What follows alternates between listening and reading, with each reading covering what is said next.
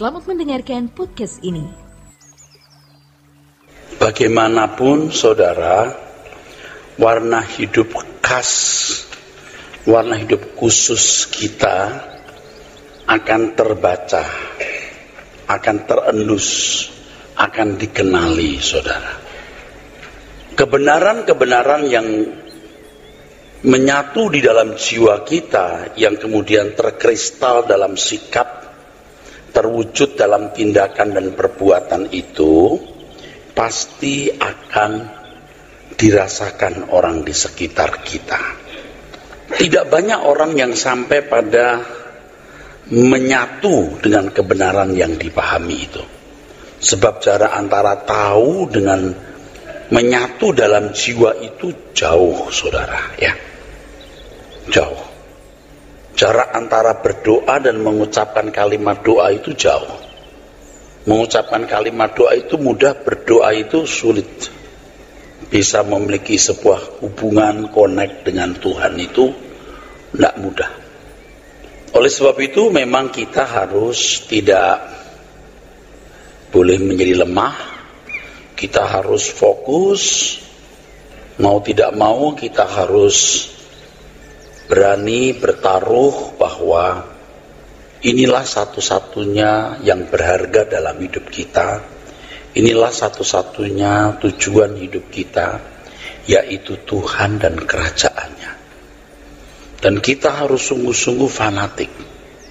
Kita harus sungguh-sungguh ekstrim. Kalau kita tidak fanatik, kita tidak ekstrim, kita tidak akan bisa. Percaya saudara. Karena saya mengalami. Saya bukan hanya mengajar, tapi saya juga bergumul atas apa yang saya ajarkan itu, saudara. Serius saya bergumul, serius saya mau berkenan di hadapan Tuhan, serius saya mau sampai ke langit baru, bumi baru, ya. Nah, kesalahan yang ada dalam hidup banyak orang Kristen jangan kita lakukan, yaitu ketidakberanian untuk mempercayai, menerima apa yang belum kita saksikan sebagai suatu realita. Janji Tuhan bahwa seperti dia naik ke surga, begitulah dia datang, saudaraku. Seperti dia naik, begitulah dia datang. Hal seperti ini sudah dianggap kuno oleh orang-orang Kristen modern. Apalagi di negara-negara barat yang dulu memang menjadi pusat sending.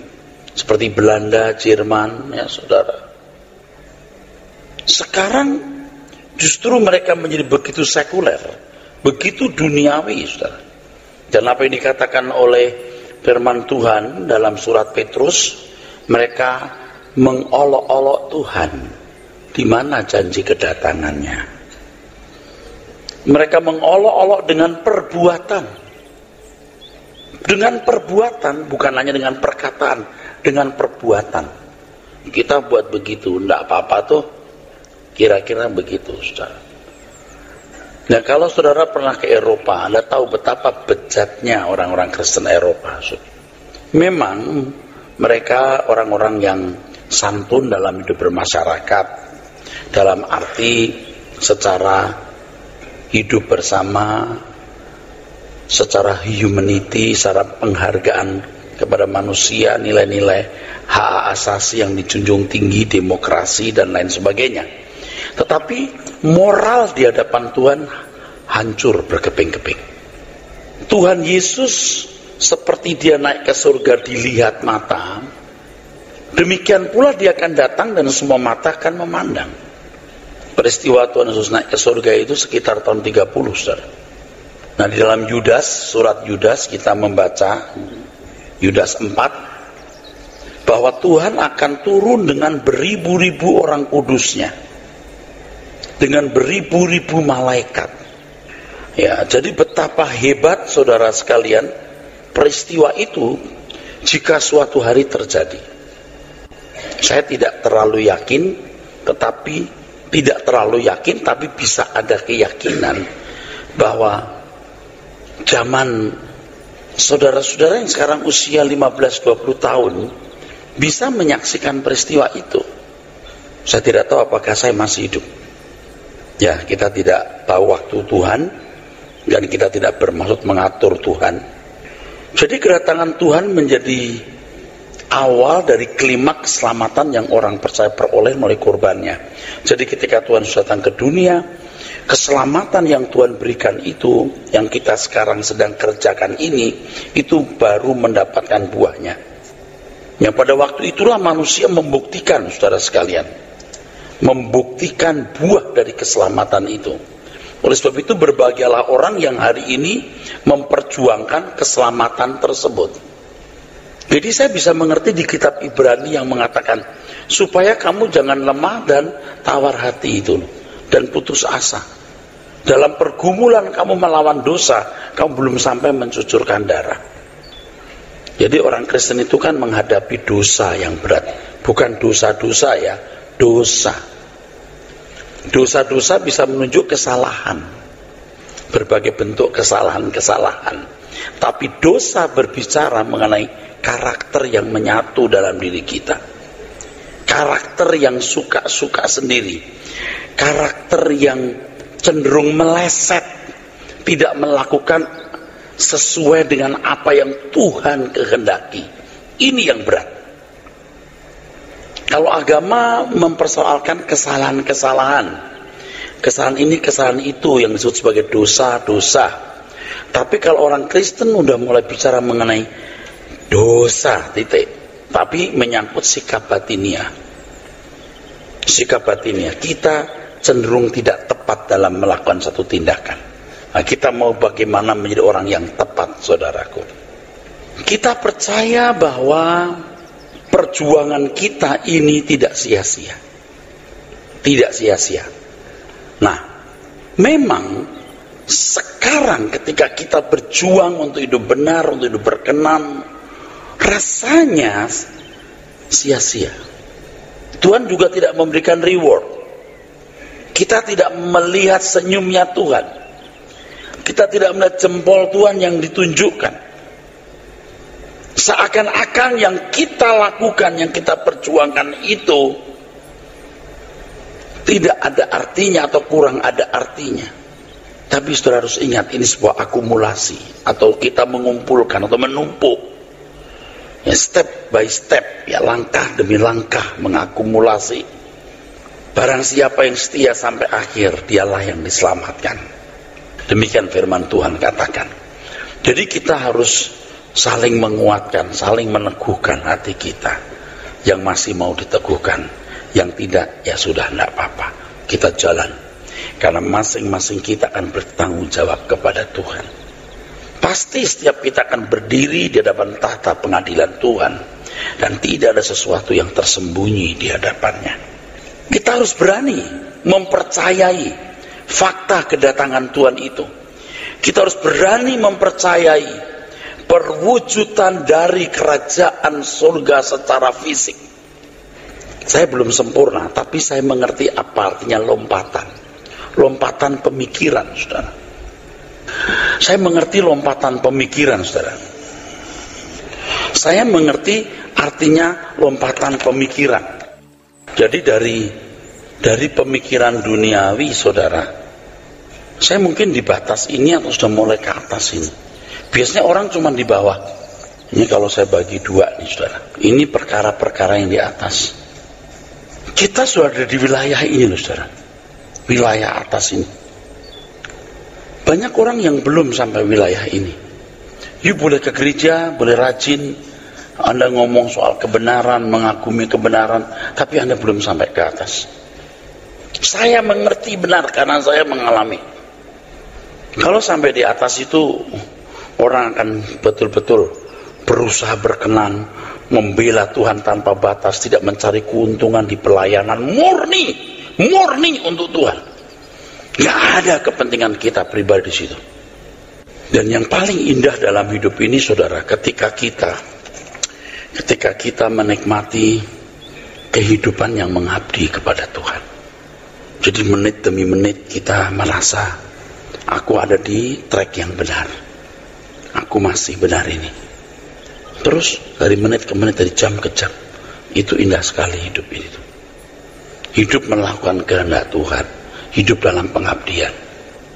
Nah, lompatan ini loh saudara, makanya harus berani percaya. Tadi diawali dengan pemberitaan, pasti orang mencium nanti. Pasti nanti orang mencium. Pasti. Jadi orang di sekitar kita pasti mencium itu. Ini serius ini ke surga. Kecuali misalnya Pak Beknyo, dia pasti mencium. Kecuali dia nggak mencium, dia bengkok. Dia bengkok. Dia mengukur orang dengan pikiran dia yang pendek, yang memang masih materialistis dan mencintai dosa. Tapi kalau orang serius kerajaan surga, dia akan punya lompatan. Dia akan berusaha berkenan. Nggak ngitung sama Tuhan. Duit itu nggak ada artinya. Tenaga pikiran nggak ada artinya. Cuman masalahnya kalau sudah jadi tawar hati. Tahu tawar? Semangat jadi kendor gitu. Wah, itu berat. Udah tawar hati itu. Waduh, berat, saudara. Makanya harus jaga terus itu. Api itu harus jaga terus.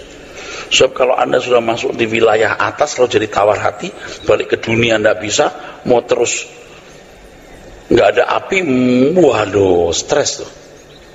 Mau balik ke dunia udah nggak mungkin, mau terus kok tawar hati gitu. Nah, biasanya pada waktu kita merasa tidak ada orang yang bisa diajak pergi, kok susah ya orang-orang diajak ke surga ya, kok nggak berani ya gitu. Nah, itu bisa tawar hati kita, tapi harus tetap memandang ke depannya. Saya percaya saudara-saudara yang pasti saudara-saudara yang memiliki kesetiaan ekstra atau orang-orang yang bisa dientaskan. Kalau hanya kebaktian hari Minggu, saya tidak yakin mereka bisa dibawa ke wilayah Kristen yang orisinil. Kristen orisinil yang Tuhan Yesus ajarkan untuk mengenakan hidup seperti yang dikenakan Tuhan Yesus. Jangan putus asa, jangan lemah ya. Jangan juga bermental block. Anda melihat, ya saya bukan pendeta, pengalaman selalu saya jatuh-jatuh melulu, saya ini tidak benar. Jangan mental block. Tuhan berurusan dengan saudara hari ini dan bisa menjadi siapa saudara nanti ya. 1 Korintus 2 ayat 9. Apa yang tidak pernah dilihat oleh mata dan tidak pernah didengar oleh telinga dan yang tidak pernah timbul di dalam hati manusia, semua disediakan Allah untuk mereka yang mengasihi. Ini juga kata mengasihi ini penting. Nah, orang tidak berhasrat untuk menyambut Tuhan, itu tidak mengasihi Tuhan.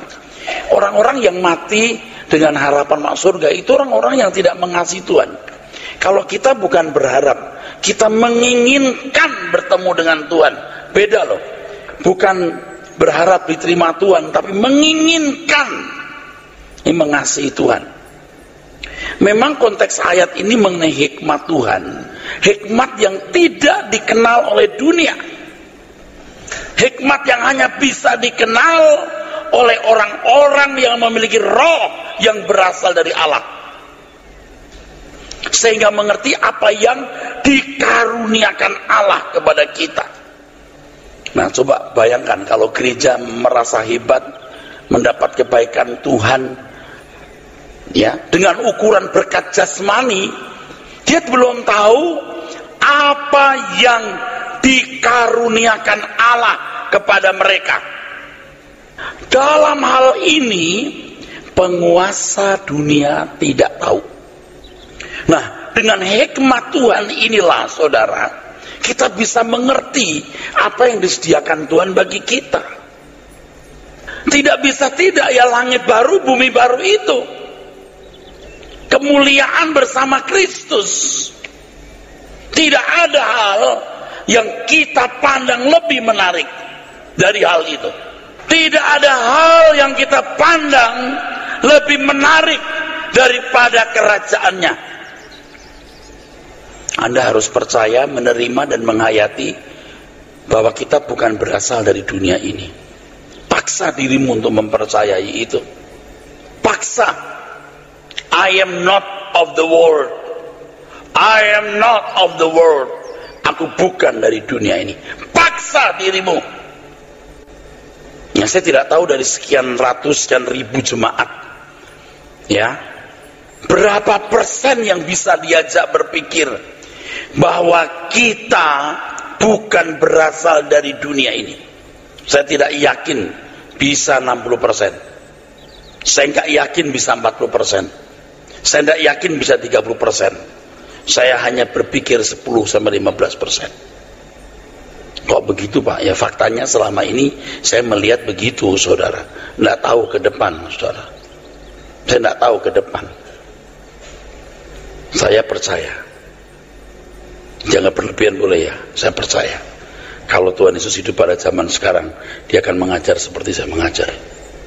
Pasti dia mengajar begitu. Cari dulu kerajaan Allah.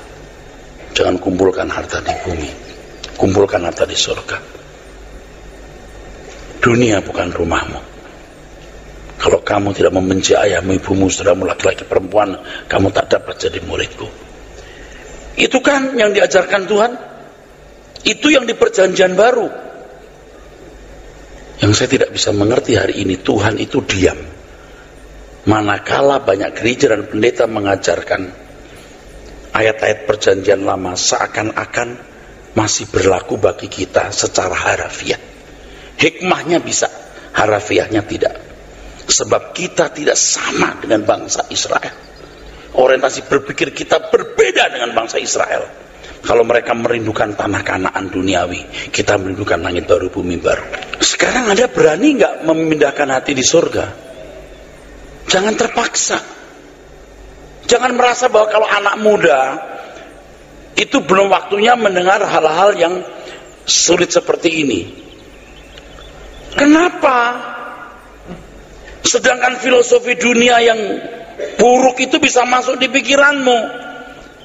Ini kan masalahnya hanya karena anak-anak muda pada umumnya tidak bisa diajak berpikir mengenai kerajaan surga. Pada umumnya. Tapi jangan menjadikan standar anak dunia.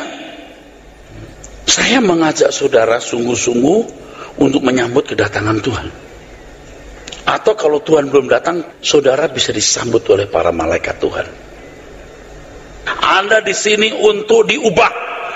Anda belajar sebagai murid-murid Tuhan Yesus. Makanya apa yang diajarkan Tuhan Yesus 2000 tahun yang lalu harus diajarkan. Tidak boleh ada unsur-unsur yang tidak orisinil dari apa yang diajarkan oleh Tuhan Yesus. Dan itu juga memaksa diri saya dan para pelayan-pelayan jemaat untuk hidup di jalur kebenaran Tuhan, saudara. Dipaksa buat benar. Kalau enggak bisa nggak benar juga kita. Tetapi kebenaran akan memaksa kita untuk benar. Nah, perlu Bapak Ibu ketahui bahwa apa yang tidak pernah dilihat oleh mata, tidak pernah didengar, itu diambil dari Yesaya pasal 64 ayat 1-4 yang konteksnya mengenai kedatangan Tuhan. Sekiranya engkau mengoyakkan langit dan engkau turun sehingga gunung-gunung goyang di hadapanmu, seperti api membuat ranggas menyala-nyala, dan seperti api membuat air mendidih untuk membuat namamu dikenal oleh lawan-lawanmu, sehingga bangsa-bangsa gemetar di hadapanmu karena engkau melakukan kedahsyatan yang tidak kami harapkan, seperti tidak pernah dengar orang sejak dahulu kala. Tidak ada telinga yang mendengar dan tidak ada mata yang melihat seorang Allah yang bertindak bagi orang yang menanti-nantikan dia. Ini ayat jadi lagu loh, yang belum pernah dilihat, didengar. Tapi konteksnya berkat jasmani. Saya sudah mendengar lagunya, belum pernah dilihat akan diberikan Tuhan kepada kita. Tapi tidak dijelaskan apa yang diberikan Tuhan. Dan itu dinyanyikan di gereja yang alirannya kemakmuran, pasti berkat jasmani. Anda pernah dengar nggak lagunya? Iya kan? Betapa bengkoknya itu. Nah, kalau saya ngomong gini kan kesannya saya sombong, kepahitan. Tapi kalau saudara melihat nilai jiwa manusia, karena kesalahan bisa masuk neraka, waduh saudara, benar-benar Anda bisa marah. Itu salah. Itu menggiring orang kepada kebinasaan. Seperti mimpi. Memang hidup dengan menatap janji kedatangan Tuhan dan pemerintahan Allah yang akbar nanti, menjadikan orang percaya seperti pemimpi-pemimpi. Jadi mereka memandang itu sebagai isapan jempol. Seperti ketika mereka mengolok-olok Nuh, seperti Lot ketika mengajak orang keluar kota Sodom. Orang geli, ketawa, geli, lalu akhirnya mencemooh. Nah, mimpi kita adalah nubuatan dari Tuhan bahwa Dia akan datang kembali. Itu bukan fantasi. Walau sekarang seperti mimpi. Mimpi di sini artinya visi. Seperti Abraham keluar dari Ur Kasdim. Dia yakin bahwa ada negeri yang akan dia temukan. Dia yakin. Saudara bisa bayangkan ketika Abraham keluar dari Ur Kasdim, dia membuat kemah di padang belantara. Dia ingat lembah Sumeria, Ur Kasdim yang subur dengan rumah yang bertembok, masyarakat yang makmur. Sedang dia di padang gurun, dia menatap ke langit, hanya bintang-bintang bertaburan di atas. Dia sendirian. Ketika dia menatap kejauhan, hanya gelap gulita dan padang gersang. Tetapi dia percaya. Dia percaya bahwa Tuhan yang berjanji setia.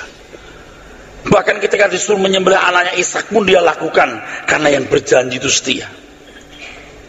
Sekarang bagaimana kita bisa dikatakan menghormati Tuhan kalau kita tidak percaya apa yang dikatakan Tuhan, bahwa Dia pergi menyediakan tempat bagi kita, dan kalau Dia sudah menyediakan tempat bagi kita, Dia akan datang kembali supaya di mana Tuhan Yesus ada, kita ada.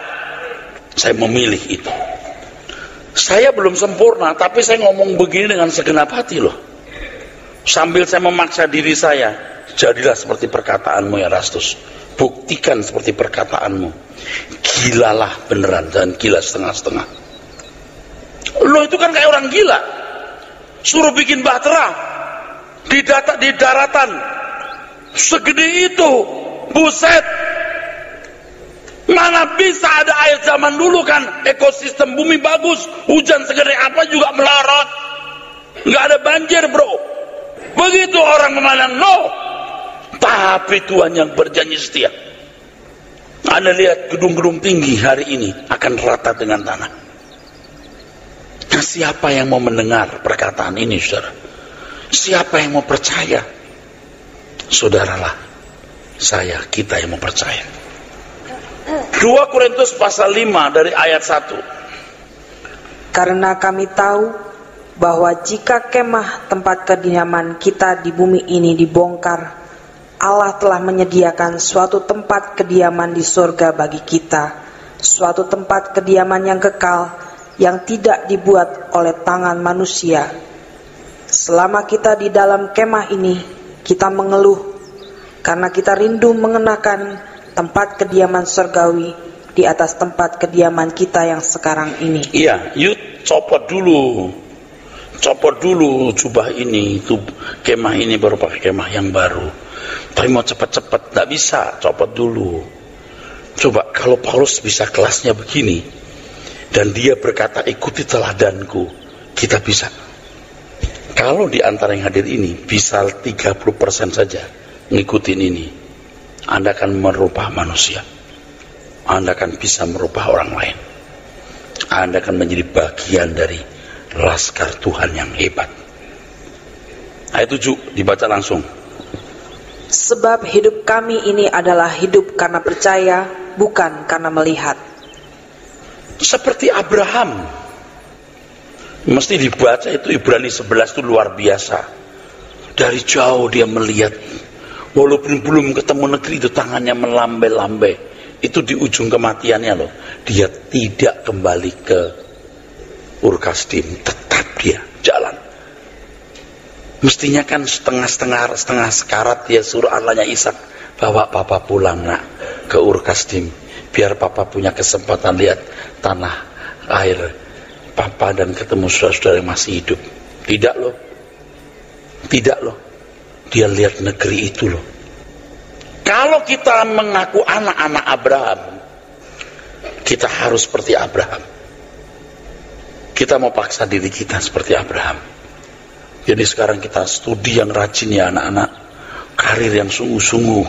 Hai pemuda, kita cari uang yang banyak Bapak Ibu, kita kerja keras, tetapi tujuan akhir kita langit baru, bumi baru.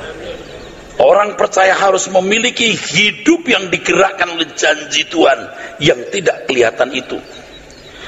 Digerakkan oleh apa yang ada pada hari ini, itu manusia berdosa. Itu bukan anak Allah. Digerakkan oleh apa yang dapat dilihat dan dikecap. Tetapi kita digerakkan oleh satu visi atau mimpi, seperti yang membuat Abraham keluar Ur Kasdim dan menggerakkan seluruh hidupnya. Kita mau digerakkan itu, saudara. Anda percaya enggak? Sedikit sekali orang yang disisakan untuk bisa sampai di sini. Makanya saudara, saya ini berbahaya sekali.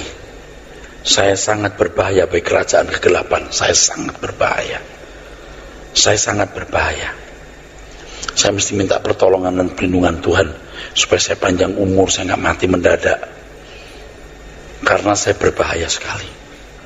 Coba ini kalau 2-3 bulan ke depan, setahun 2 tahun ke depan saya bertumbuh terus, betapa dahsyat kebenaran yang saya sampaikan. Saya menjaga hidup saya menjaga kesucian hidup saya menjaga pikiran saya. Wah, betapa dahsyat firman ini. Tapi bukan hanya saya, lahir orang-orang yang menakutkan kerajaan kegelapan, yaitu saudara-saudara semua. Dan kita akan menjadi musuh-musuh gereja-gereja kemakmuran yang hanya memikirkan makan minum.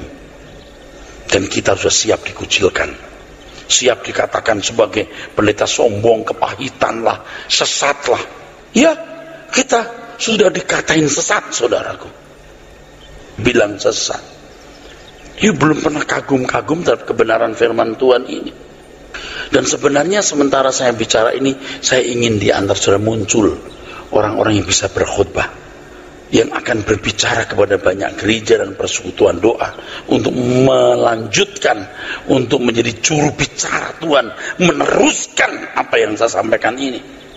Oleh sebab itu sekarang kita mengerti kebenaran, kita kenakan dalam hidup, dan kita biasakan hidup kita di dalam kebenaran itu. Coba kita lihat bagaimana Nuh berhari-hari, berminggu-minggu, berbulan-bulan berjuang untuk hidup di dalam iman itu. Hidupnya Nuh digerakkan oleh tugas membangun bahtera. Emangnya Nuh gak butuh makan minum? Apa keluarga Nuh tidak punya kesibukan? Apakah zaman itu tidak ada mainan, ya semacam hobi-hobi atau kewajiban hidup manusia? Ya ada. Tapi hidup keluarga Nuh dirampas oleh mimpi Tuhan atau visi Tuhan menghancurkan bumi ini dan menyelamatkan orang-orang yang bisa diselamatkan. Nah, mimpi apa yang Anda miliki? Villa, penthouse, rumah, mobil, atau layak hidup. Sudah. Yang begitu tidak bisa jadi teman sekerja Allah. Tidak bisa. Kalau pendeta masih punya pikiran begitu, dia hanya cari nafkah di gereja. Dia memanfaatkan pelayanan untuk hidup, untuk mencari nafkah, untuk mengais rezeki. Saudara, baik kita makan atau minum atau melakukan sesuatu, kita lakukan untuk Tuhan, itu luar biasa. Jadi kita orang sinting, saudara. Tapi kita orang-orang yang dinantikan oleh Tuhan Yesus. Kita akan dinantikan Tuhan Yesus. Kamu belum melihat wajahku kan? Kamu akan lihat wajahku nanti. Kamu akan melihat wajahku nanti. Hari ini kita tidak akan dapat bisa menjelaskan dengan kata-kata sekaya apapun perbendaharaan kata yang kita kuasai. Hari ini orang percaya belum melihat telinga pun barangkali jarang mendengar. Memperhatikan mimpi itu, pikiran orang percaya pun sulit menganalisa. Kita sendiri juga sulit menganalisa. Tapi kita harus berani percaya apa yang Tuhan katakan, apa yang Tuhan janjikan. Kalau kita berani percaya kebinasaan, Kalau kita tidak berani percaya, kebinasaan akan menimpa kita. Sama seperti Nuh, seperti orang-orang di Sodom, menantu Lot. Mereka tidak berani percaya, mereka mengolok-olok, mereka pikir Nuh bercanda. Tapi ketika belerang api datang, terlambat mereka menyelamatkan diri. Bapak Ibu, ini bukan ngomong kosong loh. Langit akan terguncang, bumi akan terguncang. Gambaran yang jelas dapat kita temukan di Lukas 16, 19 sampai 25. Peristiwa ini cermin dari kehidupan manusia. Banyak orang tidak menyadari betapa dahsyatnya kengerian api kekal. Mereka tidak mempersiapkan diri untuk masuk ke dalam kenyataan kekekalan yang dahsyat. Ya, tidak mempersiapkan diri, Pak, Bu.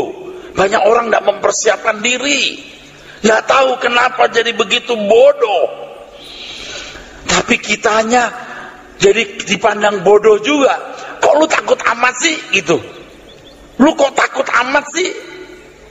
Lu kok takut sih? Kita nggak takut menghadapi kemiskinan. Kita nggak takut menghadapi ancaman dan bahaya. Kita takut menghadapi kekekalan. Oleh sebab itu kita mempersiapkan diri untuk itu. Rata-rata banyak orang nih tidak takut menghadapi kekekalan, kecuali mau mati. Kalau masih jauh begini, tenang, nggak takut. Mestinya jauh-jauh hari kita sudah gentar, dan karena kita gentar, kita mempersiapkan diri untuk itu. Kehidupan Abraham sungguh-sungguh sangat mengagumkan. Seluruh kehidupannya adalah kehidupan untuk masa depan. Jadi Abraham di dunia ini terseok-seok. Dia hanya mencari negeri itu. Hebat loh saudara. Hidupnya hanya untuk masa depan. Tentu masa depan yang dimaksud itu bukan masa depan di bumi, tetapi di kekekalan. Betapa luar biasa kalau kita, Bapak Ibu, disadarkan untuk itu, dan kita menyadarkan orang lain. Jadi kita jangan sampai keras kepala seperti bangsa Israel yang menolak apa yang Tuhan katakan, bahwa di Kanaan mereka akan menjumpai tanah yang berlimpah susu dan madu. Israel dikasih tahu gitu, bandelnya itu loh saudara, nggak mau ngerti, ribut di jalan. Tuhan, kita nggak makan bawang merah, Tuhan nggak ada daging. Orang di sana ada tanah yang permai, jalan aja sampai di sana. Sekarang sudah apa adanya, jalan saja. Jangan sampai kita ribut kayak orang Israel. Sono itu indah. Jangan berkata, oh, nanti Pak, sekarang urusan sekarang. Loh, urusannya nanti itu sekarang diselesaikan, bodoh. Menyelesaikan masalah itu hari ini. Kayak anak muda kalau bilang gini, mama tuh saya banget kayak nenek lampir. Itu demi masa depanmu, nak. Nanti ya nantilah, sekarang urusan sekarang. Urusan nanti itu menyelesaikannya hari ini, bukan nanti.